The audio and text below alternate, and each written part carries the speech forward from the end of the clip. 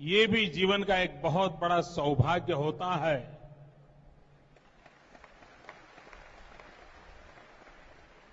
उन संतों के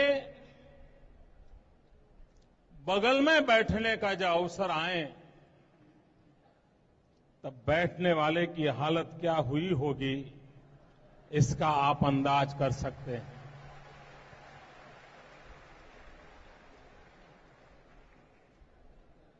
जिनकी वाणी सुनने के लिए मीलों दूर से कष्ट उठा करके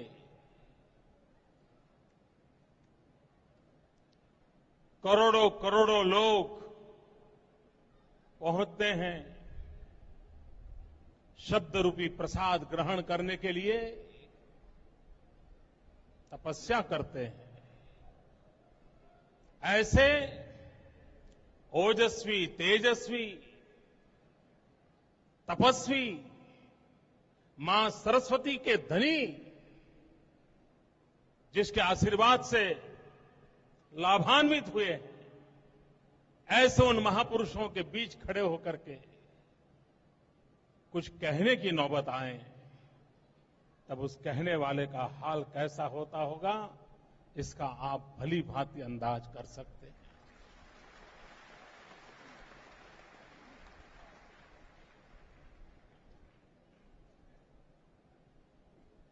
ईश्वर ने जब से मुझे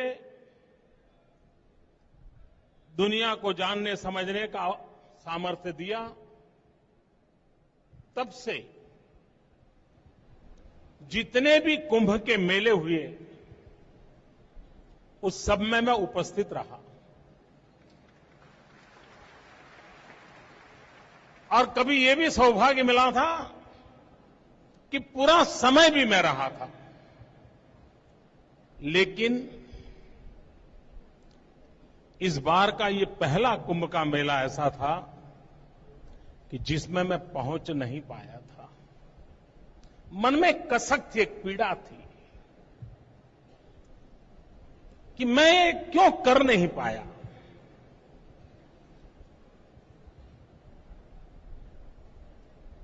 और जब गुरुजी अभी मिले तो मुझे तुरंत पूछा, बेटे इस बार कुंभ में क्यों नहीं दिखाई दिए?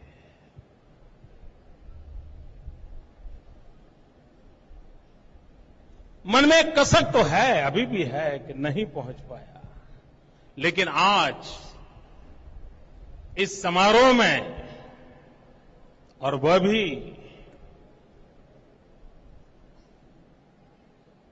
गंगा के तट पर, हरिद्वार की भूमि में, इसी पवित्र स्थल पर इन सभी संतों, आचार्यों, भगवंतों के दर्शन का मुझे सौभाग्य मिला। शायद ईश्वर की इच्छा होगी कि मेरी वो कसक कम हो, इसलिए ही ये कुछ व्यवस्था ईश्वर ने बनाई होगी। ये मेरा सौभाग्य है कि मुझे आज आप सबके बीच आपके चरणों में वंदन करने का अवसर मिला है। मैं एक बात यहां बताना चाहता हूं। हमारे देश में किसी के लिए कुछ भी कह देना ये बहुत आसान हो गया है। शब्दों का मूल्य न समझते हुए, शब्दों का सामर्थ्य न समझते हुए किसी के लिए कुछ भी कह देना, ये मानो एक नया स्वभाव पनपा है। और इसलिए पता नहीं किस किस के लिए क्या क्या कहा गया होगा। लेकिन एक समृद्ध राज्य के इतने वर्षों तक मुख्यमंत्री पद रहने के बाद मैं सार्वजनिक रूप से और इन मीडिया वाले मित्रों की हाजिरी में अपने अनुभव से घोषित करना चाहता हूं, यहां एक भी संत महात्मा, एक भी संस्था ऐसी नहीं है जिसने कभी भी गुजरात में मुख्यमंत्री के पास आकर के किसी भी चीज की कभी मांग की हो।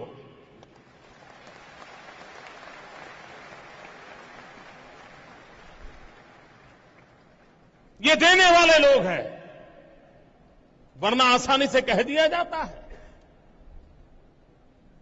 और इसलिए मैं आज बड़ी जिम्मेवारी के साथ ये कहना चाहता हूं, मेरे 12 साल के कार्यकाल में मुझे एक भी संत महात्मा, एक भी समाज को समर्पित व्यक्ति ऐसा मिला नहीं है जिसने सरकार से कुछ मांगा हो। बहुत लोग हो गए जिनको ये बात नजर आना मुश्किल है, और शायद संतों की शक्ति ऐसे चश्मों का निर्माण करें, ताकि ऐसे ऐनक का निर्माण करे कि ऐसे लोगों को कुछ सत्य दिखाई दे।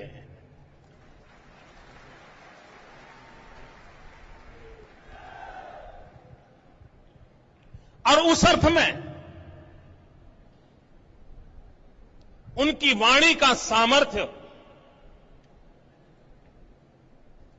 हजारों गुना बढ़ जाता है। उन्होंने जो मर्यादा रेखाएं तय की होती हैं, उस मर्यादा रेखाओं के बाहर जाने का साहस कतई कोई नहीं कर पाता है, क्योंकि वो सिर्फ शब्द नहीं होते हैं, वो एक साधना का अंश होता है, और तब जाकर के होता है।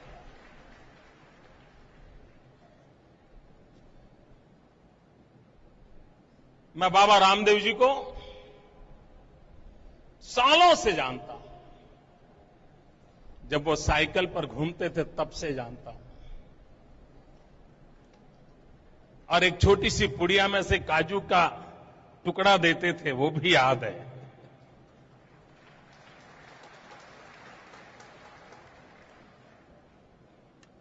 आप कल्पना कर सकते हैं, एक व्यक्ति अहर्निश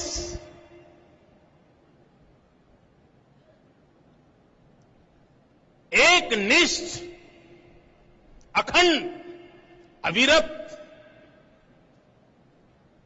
वन लाइफ वन मिशन, इस तरह चरैवेति चरैवेति चरैवेति इस देश में लगातार भ्रमण करता रहे। प्रतिदिन 1.5, 2, 2.5 लाख लोगों को योग के माध्यम से स्वस्थ रहने के लिए प्रेरित करते रहे।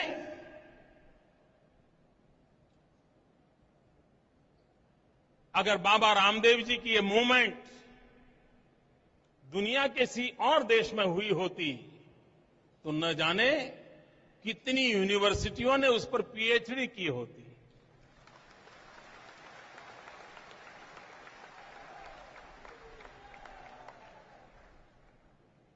मैं Greenwich book of world record वालों को कहना चाहता हूं, आपने शायद अपने सारे रिकॉर्ड प्रस्थापित किए होंगे, लेकिन क्या कभी आपने इस रिकॉर्ड की तरफ ध्यान दिया है कि अपने इतने छोटे से कालखंड में एक व्यक्ति ने टीवी के माध्यम से नहीं, फोटो के माध्यम से नहीं, रेडियो के माध्यम से नहीं, टेक्नोलॉजी के माध्यम से नहीं, रूबरू में इतने करोड़ लोगों के साथ आंख में आंख मिला करके बात की होगी, ऐसा शायद रिकॉर्ड दुनिया में कहीं नहीं होगा, दुनिया में कहीं नहीं होगा। यह हमारा दुर्भाग्य है मित्रों कि हम लोग हमारे देश के सामर्थ्य की चर्चा कभी करते नहीं।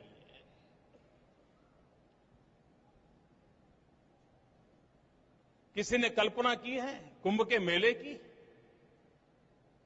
कुंभ के मेले की व्यवस्था कितनी जबरदस्त होती है। वहां संतों महंतों के एक एक छोटे नगर बस जाते हैं, और गंगा के किनारे पर हर दिन यूरोप का एक देश इकट्ठा हो, इतनी भीड़ जमा होती है, इतने भक्तों का जमघट जमा होता है, और उसके बाद भी न कोई मारधाड़, न कोई लूट, न कोई अकस्मात, न कोई मौत, न कोई बीमारी, और 2-2, 3-3 महीने तक बिना किसी आमंत्रण के, बिना किसी सूचना के करोड़ों करोड़ों लोग पहुंचते हैं।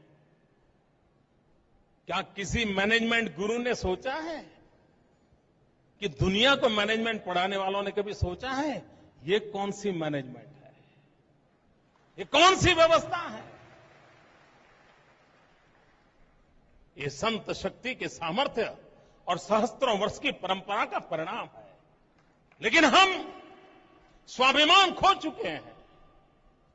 आत्मगौरव के साथ दुनिया में आंख मिलाकर के हमारे सामर्थ्य का परिचय कराने का आदत छूट गई है गुलामी के कालखंड के कारण। और तब जाकर के उस चेतना को विश्व के सामने प्रस्तुत करना हर भारतवासी का सपना हो, बहुत स्वाभाविक है। और मैं भी एक हिंदुस्तान के छोटे बच्चे के नाते उन महापुरुषों के शब्दों पर भरोसा करता हूं।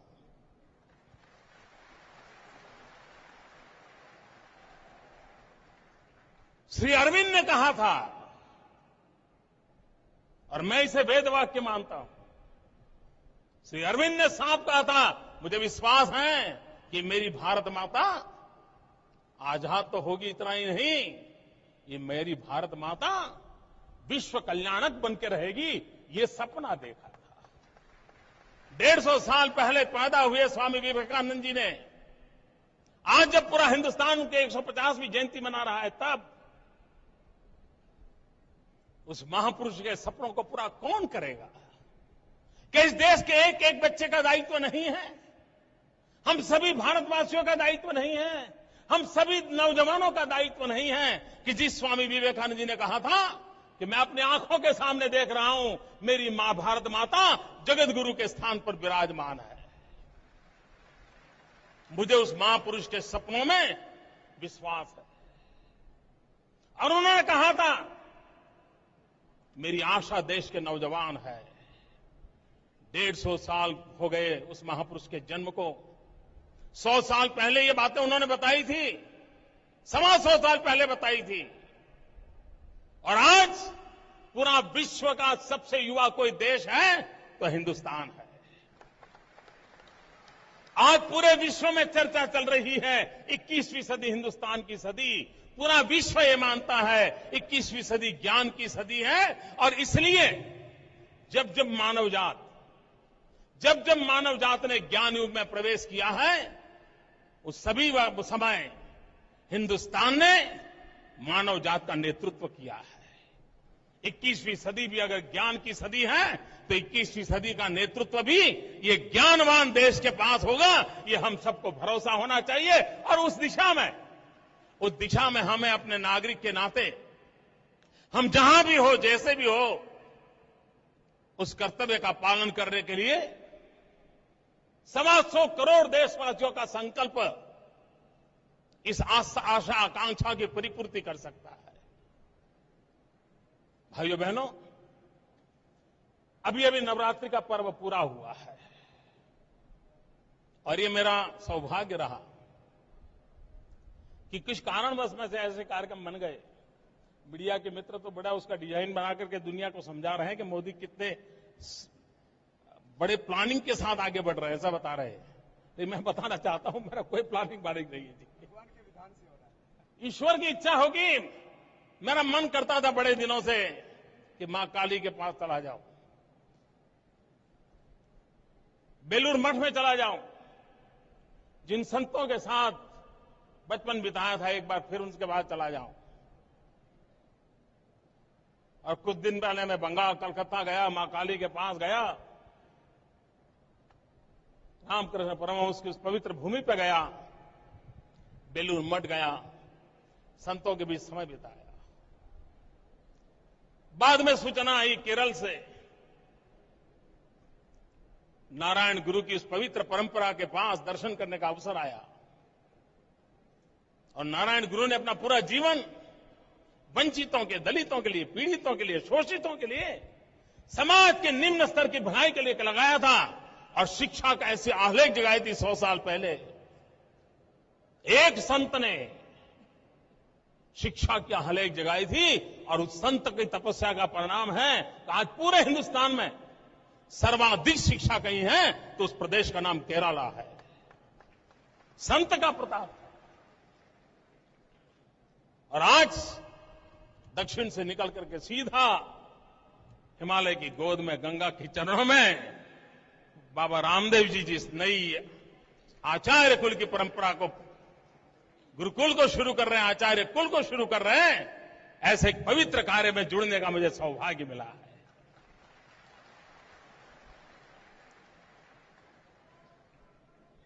मैं जानता हूं आज के इस अवसर के बाद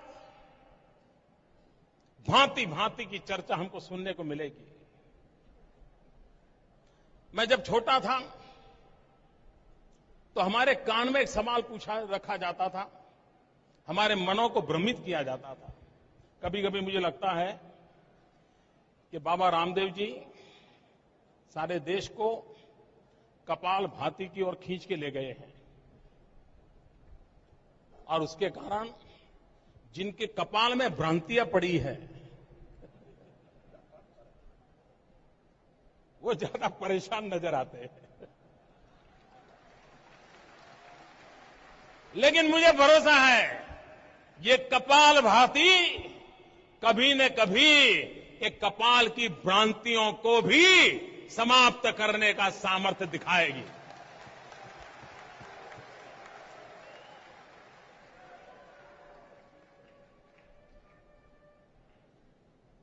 हम बात बचपन में क्या सुनते थे, हर कोई बोलता था और मैं समझ नहीं पाता था ये लोग क्यों बोलते थे ऐसा। मुझे अभी भी मेरे मन में है, क्योंकि मैं बचपन से किसी संत को देखता था तो बड़ी जिज्ञासा होती थी। जब मैं उनसे सवाल पूछने के लिए चला जाता था, कहीं मंदिर में रुके हैं तो खाने वाने का पूछने चला जाता, मेरा अपनी एक रुचि थी।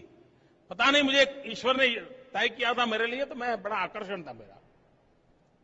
और मुझे बाहर लोग ऐसे, मैं छोटे नगर से पैदा हुआ हूं, मैं कोई बड़े बड़े मैंने तो गाड़ी भी बहुत बचपन में देखी नहीं, देखी कार क्या होती है। तो लोग कहते हैं यार छोड़ो, ये साधु लोग खाते हैं सोते हैं बस, कुछ करते नहीं है, लड्डू खाना बस और कुछ काम नहीं है। और अब जब काम करते हैं तो लोग पूछते हैं अरे आपका ये काम है क्या, क्यों करते हो? मैं हैरान हूं। बाबा रामदेव जी को सबसे बड़ा सवाल यह है कि आप ये सब करते क्यों? पहले लोग पूछते थे करते क्यों नहीं हो, अब पूछते हैं करते क्यों हो। क्या इन लोगों के लिए जवाब देते बनता है? भाई इनके लिए समय बर्बाद करने की जरूरत नहीं है। बाबा रामदेव जिस काम को कर रहे हैं, मैं मानता हूं राष्ट्र की सेवा भी, और हमारे पूरी संत परंपरा को दीजिए। हर संत ने अपना जीवन उपदेशों तक कभी सीमित नहीं रखा है।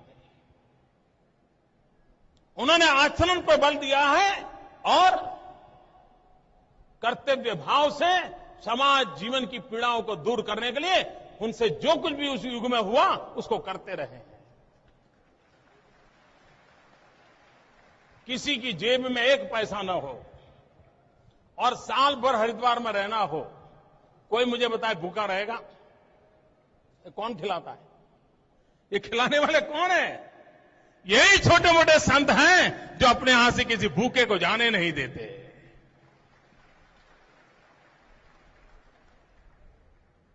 लेकिन उन्हीं के लिए पता नहीं। मैंने बाबा रामदेव जी से एक बार पूछा था कि मैं तो योग की परंपरा से जुड़ा हुआ इंसान हूं और दिन रात दौड़ पाता हूं, उसमें योग का बहुत बड़ा योगदान है। तो मैंने उनको पूछा एक बार, मैंने कहा योग से ऊर्जा प्राप्त होती है, स्वस्थता प्राप्त होती है, उमंग रहता है तो सब है, लेकिन चारों तरफ से जब इतनी यातनाएं आती हो उसको झेलने की ताकत कहां से आती है? तो बताओ। क्या नहीं बीती बाबा रामदेव पर और क्या गुनाह था उनका? क्या भारत जैसे लोकतंत्र देश में आपके विचारों से विपरीत विचार कहना गुनाह है? क्या आपको जो बात पसंद नहीं है वो बात अगर कोई कहे तो उसके लिए कोई भी अनाप शनाप शब्द बोलने का आपको अधिकार मिल जाता है? मैं दिल्ली में बैठे हुए शहंशाहों से पूछना चाहता हूं, और ये मोदी नहीं पूछ रहा है,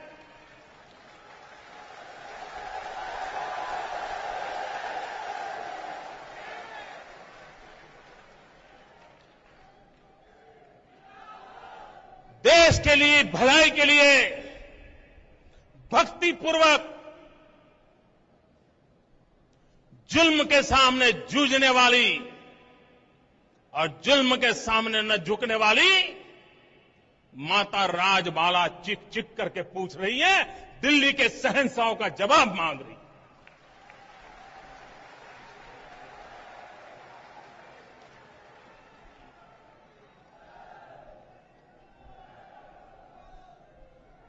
और ये देश देखिए,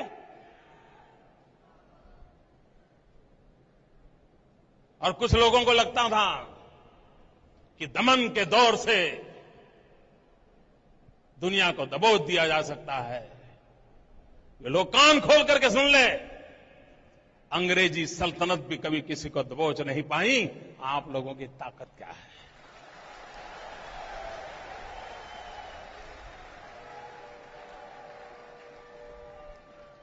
आप लोग चीज क्या है? एक बार निकलो तो सही, जनता को जवाब देता बन पड़ेगा, जनता को जवाब देना पड़ जाएगा।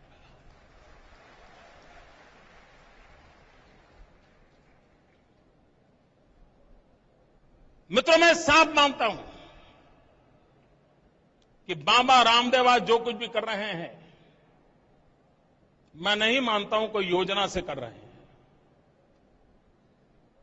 वे निकले थे तो नागरिकों की स्वस्थता के लिए, वो निकले थे योग के माध्यम से गरीब आदमी अपने आप को स्वस्थ रख सके। वो निकले थे, ये महंगी दवा गरीब को बचा नहीं सकती है, योग बचा सकता है, इसलिए निकले थे। लेकिन 10 साल लगातार भ्रमण करते करते उन्होंने देखा कि नागरिक के स्वास्थ्य का जितना संकट है, उससे ज्यादा राष्ट्र के स्वास्थ्य का संकट है। और तब जाकर के उन्होंने राष्ट्र के लिए आवाज उठाना शुरू किया।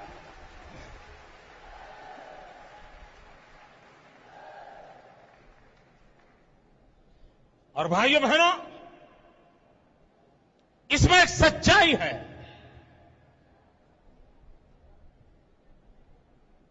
और मुझे विश्वास है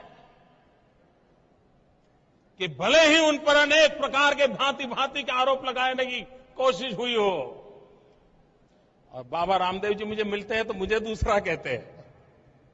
वो मुझे कहते हैं, मोदी जी हम दोनों सगे भाई हैं। मैं कहा क्यों? बोले जितने प्रकार के जुल्म मुझ पे हो रहे हैं वो आपको पर भी सभी प्रकार के हो रहे हैं। तो मैं सूची बनाता हूं कि आज उन पर एक जुल्म हुआ तो मेरी बारी कब आएगी? क्या शासन का ये काम है क्या?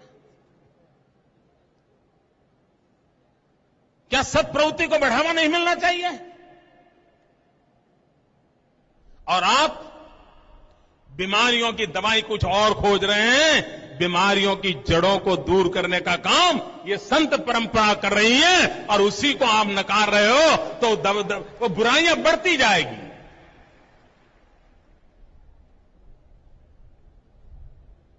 श्रेष्ठ क्या है, उत्तम क्या है, रास्ता क्या है, इसको नकारने से काम नहीं चलता है। भाइयों बहनों, इस देश में एक ऐसा छोटा सा वर्ग है जो ये मानता है कि हिंदुस्तान का जन्म 15 अगस्त 1947 को हुआ है, और जो लोग ये मानते हैं कि हिंदुस्तान 15 अगस्त को पैदा हुआ, वो सारे गलत रास्ते पर जाते हैं। लेकिन जो मानते हैं ये सहस्त्रों वर्ष पुराना एक महान सांस्कृतिक धरोहर से समय के हर पहलू को अनुभव करते हुए, कठिनाइयों से रास्ता खोजते हुए, विश्व कल्याण की कामना करते हुए आगे जा रहा एक समाज है। और तभी तो विश्व की अनेक हस्तियां मिटने के बाद भी हमारी हस्ती मिटती नहीं है। जिन चीजों से हम खत्म नहीं हुए हैं, जिसने हमें बचाए रखा है, उनको बचाना ये हम लोगों का दायित्व बन जाता है। अगर हम उसे खो देंगे, समाज कोई भी हो, अगर वो समाज इतिहास की जड़ों से अपने आप को काट देता है, सांस्कृतिक छाया से अपने आप को अलग कर देता है, तो उस समाज में इतिहास निर्माण करने की ताकत नहीं रहती है। इतिहास वही समाज बना सकता है जो समाज इतिहास में से प्राण शक्ति को प्राप्त करता है। हम लोग हमारे अपने इतिहास के प्रति शर्म अनुभव करते हैं, खुद को इतिहास से अलग करने का प्रयास करते हैं। सांस्कृतिक विरासत को हम पुराणपंथी कह करके, गालियां दे करके उसका इनकार कर देते हैं, और तब जाकर के स्वस्थ समाज के निर्माण में रुकावटें पैदा होती है।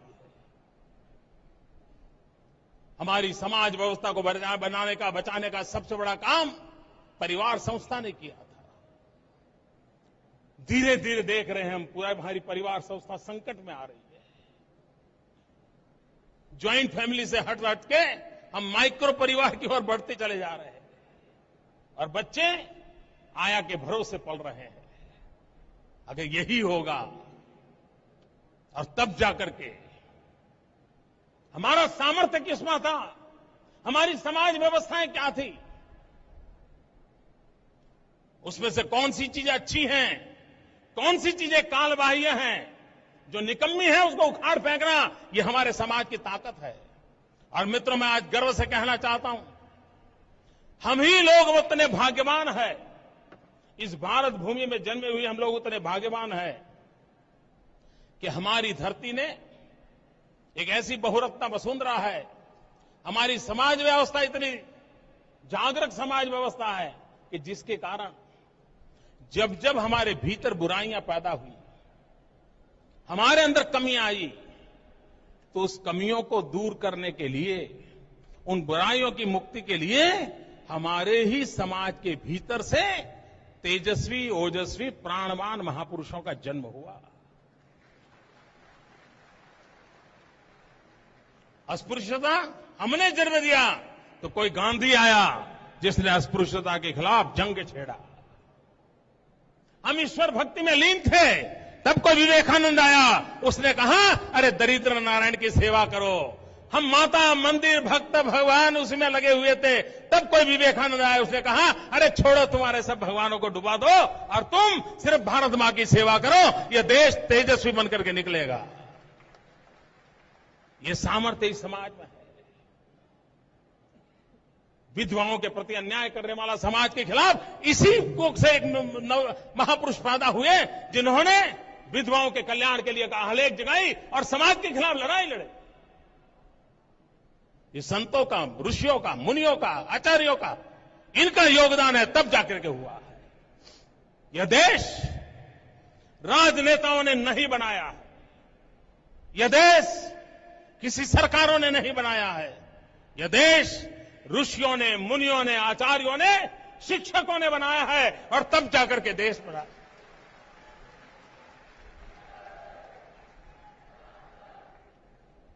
सारी चीजें राज के आसपास इर्द गिर्द हमने इकट्ठी कर दी है, और इन सारी शक्तियों को हमने नकार दिया है।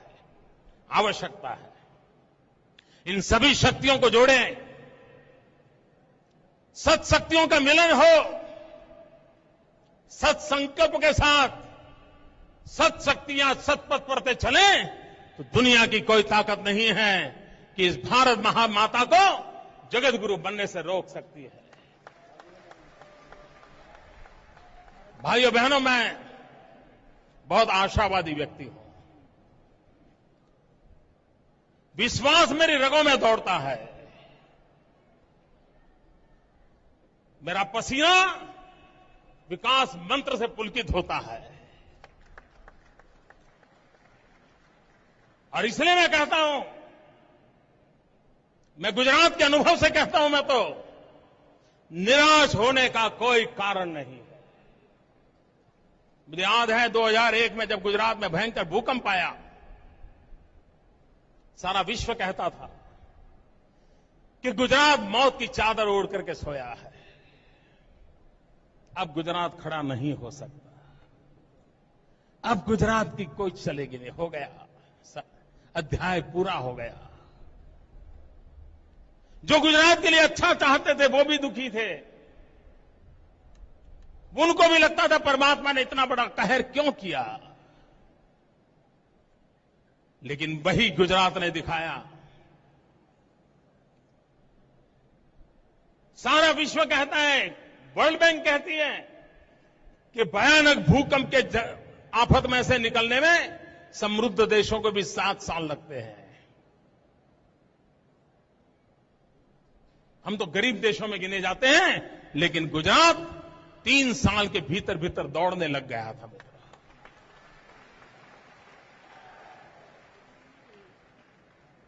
और मित्रों, मैं साफ साफ कहना चाहता हूं, आज जो विश्व भर में गुजरात के विकास की चर्चा हो रही है, आज विश्व भर में गुजरात के प्रति एक संतोष का भाव प्रकट हो रहा है, उसका कारण नरेंद्र मोदी नहीं है, नहीं है, नहीं है। अगर उसके यशभागी कोई है तो 6 करोड़ गुजरातियों का पुरुषार्थ है। अगर 6 करोड़ गुजरातियों का पुरुषार्थ विश्व के सामने एक आदर्श पैदा कर सकता है, तो 125 करोड़ हिंदुस्तानियों का पुरुषार्थ पूरे विश्व में एक नई चेतना प्रगटा सकता है। इस विश्वास को लेकर के आगे बढ़ना चाहिए।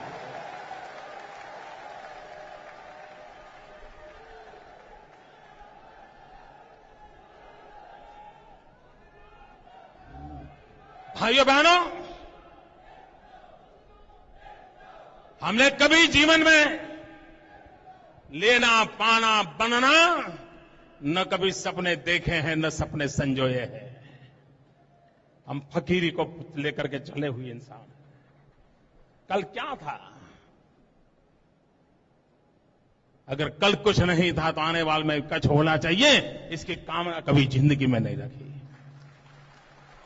और मित्रों, राजा रणतीदेव ने कहा था, और ये देश की विशेषता देखिए कि यही देश है कि जहां एक राजा किस प्रकार का ललकार करता है। राजा रणतीदेव ने कहा था, न कामये राज्यम न मोक्षम न पुनर्भवम, कामये दुख तप्ता नाम प्राणी नाम आरती नाशनम। न मुझे राज्य की कामना है, न मुझे मोक्ष की कामना है। अगर कामना है तो पीड़ितों के, दुखियारों के, वंचितों के आंसू पोंछने की कामना है। यह हमारी परंपरा रही है। न कामये राज्यम न मोक्षम न पुनर्भवम। हम उस परंपरा से निकले हैं जिसने हमें सिखाया है, तेन तख्तेन भूंजी था। हम उस परंपरा से निकले हैं। कुछ लोग हमारे इरादों पर शक करते हैं, अपने पर आए ऐसी दीवारें खड़ने की कोशिश करते हैं। मैं उन सबको कहना चाहता हूं, मैं उस परंपरा में पला हूं, मैं उस संस्कारों में बड़ा हुआ हूं। जिसने मुझे जो मंत्र सिखाया है, वो मेरे मंत्र में, वो मंत्र मेरे राजनीतिक जीवन का मैनिफेस्टो में मानता हूं। वो मंत्र कहता है, सर्वे अपि सुखिनः सन्तु सर्वे सन्तु निरामया। मुझे कभी ये नहीं कहा हिंदू सुखिनः सन्तु, हिंदू निरामया, ऐसा नहीं कहा।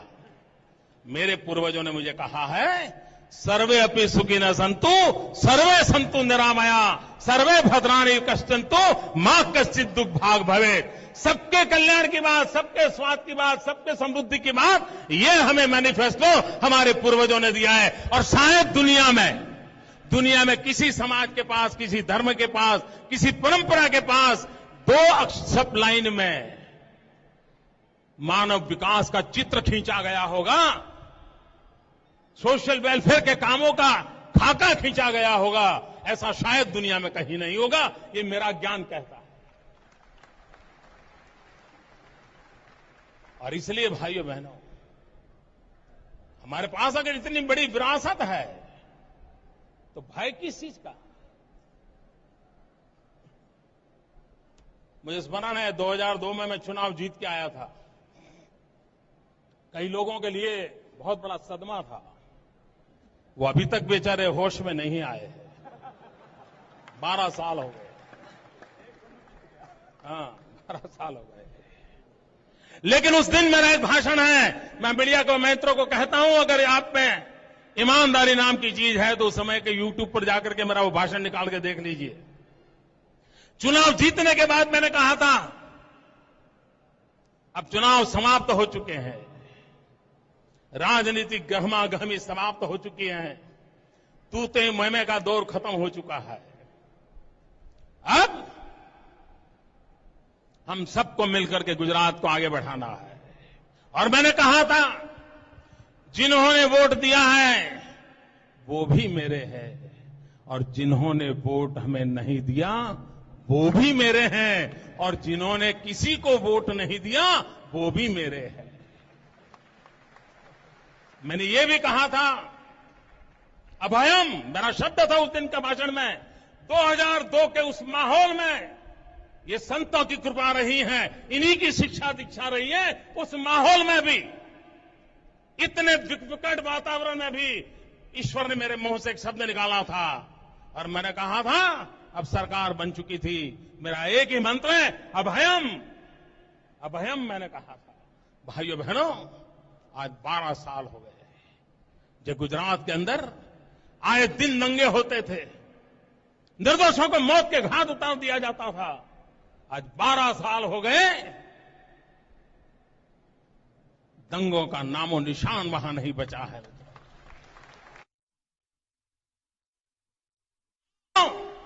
सर्वे पे सुखे न संतु सर्वे संतु निरामया, ये मंत्र की साधना की है, तब जाकर के होता है। और इसलिए भाइयों बहनों, कहना मैं चाहता हूं, एक छोटी सी जमात इस राष्ट्र की मूल धारा को ललकारती रही है,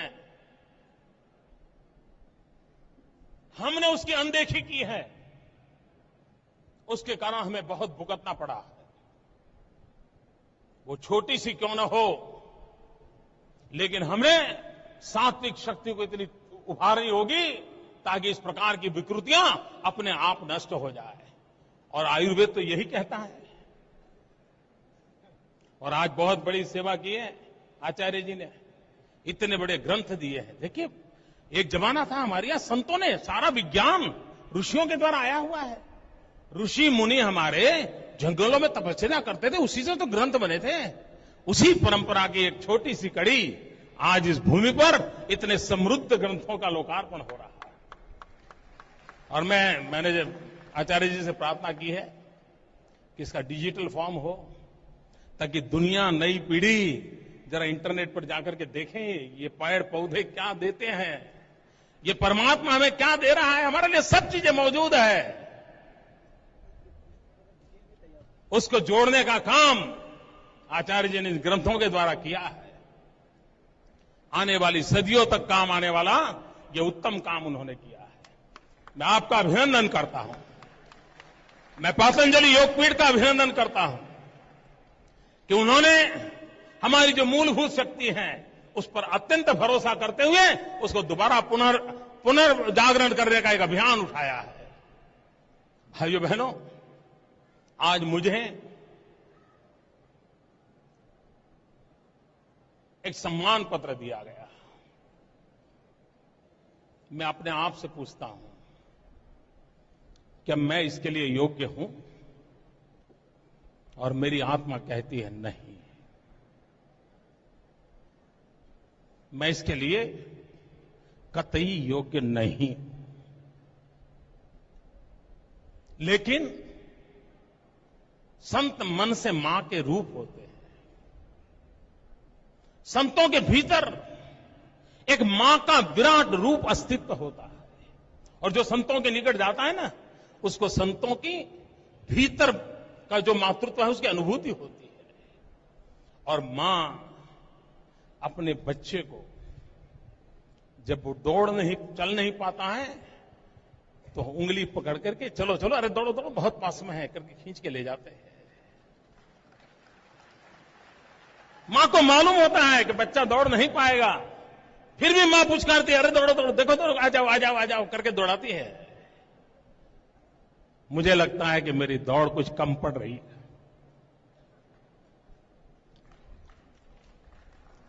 मुझे लगता है कि अभी भी मुझ में कुछ कमियां हैं।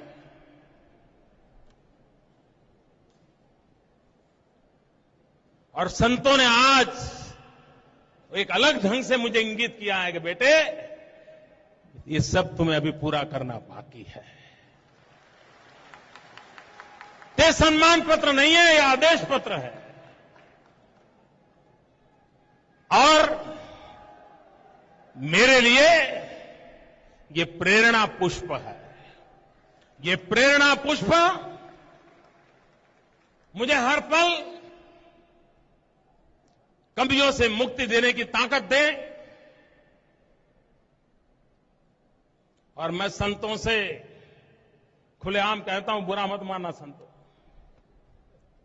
मुझे संतों से वो आशीर्वाद नहीं चाहिए जो किसी पद के लिए होते हैं, नहीं चाहिए।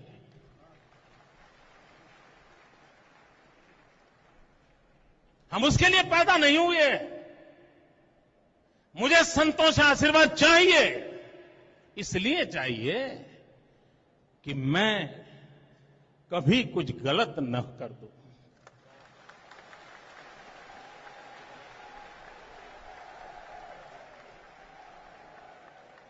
मेरे हाथों से कुछ गलत न हो जाए,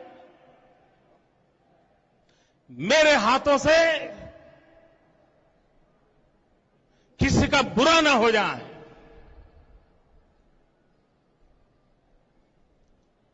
संत मुझे वो आशीर्वाद दें, गंगा मैया मुझे वो सामर्थ्य दे, राजाधिराज हिमालय मुझे वो प्रेरणा दे,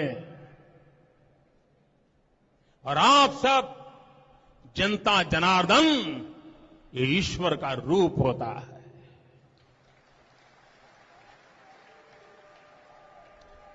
मैं उस सरगर चरणों में नतमस्तक होता हूं, मैं ईश्वर के चरणों में नमन करता हूं। और ताकि 125 करोड़ नागरिकों की तरह एक नागरिक के नाते हम भी कभी भी किसी का कोई बुरा न करें, किसी के लिए बुरा न सोचें। और जो महान कार्य के लिए यज्ञ चल रहे हैं, आप देखिए कितनी बड़ी शिक्षा संस्थाएं चलाते हैं। मैं तो यहां हरिद्वार की धरती पर किसी शुभ अवसर पर बाबा रामदेव जी से प्रार्थना करता हूं कि हिंदुस्तान में जो संतों के द्वारा शिक्षा के काम हो रहे हैं, एक बार यहीं पर उनका सबसे बड़ा मेला लगना चाहिए। और लोग देखें, कोई 5 लाख बच्चों को पढ़ा रहा है, कोई 2 लाख बच्चों को पढ़ा रहा है, और सब संस्कार और शिक्षण का दोनों की चिंता करते हैं। ये छोटे काम नहीं है मित्रों, ये राष्ट्र निर्माण की अमूल्य सेवा है जो इन महापुरुषों के द्वारा हो रही है।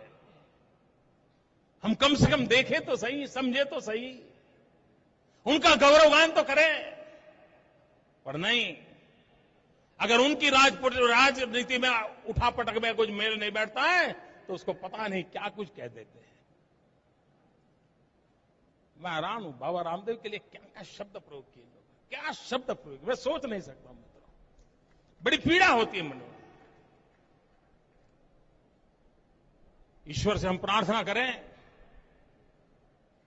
हम सत्संकल्प के लिए आगे बढ़े और स्वामी विवेकानंद जी 150वीं जयंती के निमित्त उनके सपनों को पूर्ण करने के लिए, ऐसा भारत बनाने के लिए पूरी शक्ति और सामर्थ्य का अनुभव करें। इसी एक प्रार्थना के साथ फिर एक बार मैं इस अवसर पर मुझे आने का अवसर मिला, जीवन की धन्यता के साथ उस ऋण को स्वीकार करते हुए मैं सभी के की जय।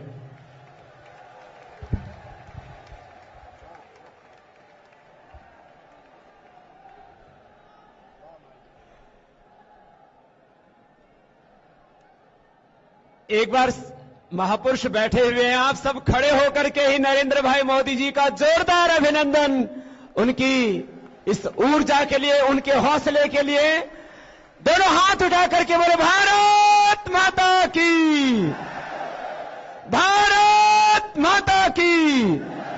अभी तक तो लोग उनको गुजरात का शेर कहते थे, अब ये भारत माता के शेर हैं। और जो संत महापुरुषों ने आशीर्वाद दिए हैं, 7 लाख से ज्यादा वो हमारे वीर वीरांगनाएं ऋषिकाएं जिन्होंने अपनी शहादत कुर्बानी देकर किस देश को बचाया, उनके सपनों को ये पूरा करेंगे, ऐसा भरोसा है सबको। सब महापुरुषों को प्रणाम। हमारे इस आचार्य कुलम के जो मार्गदर्शक हैं जस्टिस तिवतिया साहब, मैं जस्टिस तिवतिया साहब, हमारे जेएस राजपूत जी, इनको भी मैं चाहूंगा एक बार सबकी ओर से बहुत बहुत अभिनंदन है जिन्होंने पावन मार्गदर्शन हमको प्रदान किया है। मैं अब वंदे मातरम के साथ चाहूंगा इस सभा का समापन हो, और उससे पहले मैं शब्दों से कृतज्ञता व्यक्त करूं, उससे बेहतर होगा।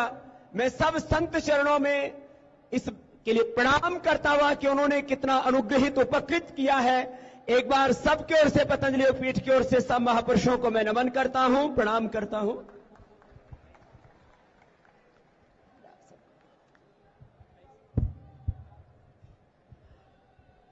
और